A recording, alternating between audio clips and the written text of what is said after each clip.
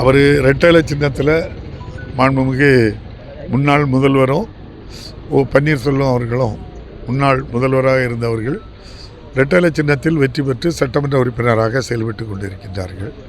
நாடாளுமன்ற தேர்தலிலே சுயேட்சையாக போட்டியிட்டு அதிமுக வேட்பாளரை எதிர்த்து நின்றதாக அவர்கள் என்னிடம் புகார் மனு தந்திருக்கின்றார்கள். அது என்னுடைய ஆய்வில் இருக்கின்றது. இப்படிப்பட்ட சந்தர்ப்பங்களில் நம்முடைய அதிமுகத்தின் மூலம் தேர்ந்தெடுக்கப்பட்ட சட்டமன்ற உறுப்பினர்கள் இருக்கின்றார்கள். அவர்களுக்கு கொறடா இருக்கின்றார்கள். அந்த கொறடா தான் இப்படிப்பட்ட தவறாக இவங்க ஏடிஎம்கே எதிர்த்து நிற்கிறாங்க, நடவடிக்கை எடுங்கன்னு அதிமுக தான் சார்பாக எழுதி தரணும். ஆனால் ஏதோ இதுவரை அவங்க என்ன செய்யலை, அவங்க மேலே எந்த புகாரும் தரல. அது அவங்களுடைய என்ன நினைக்காங்களோ தெரியல.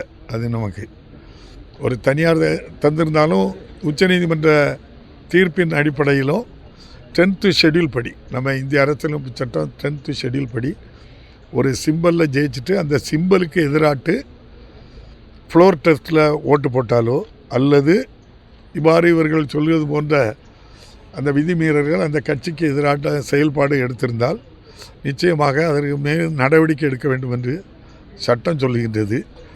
இப்போது ஆய்வில் இருக்கின்றது. சட்டப்படி நடவடிக்கை எடுக்கப்படும்.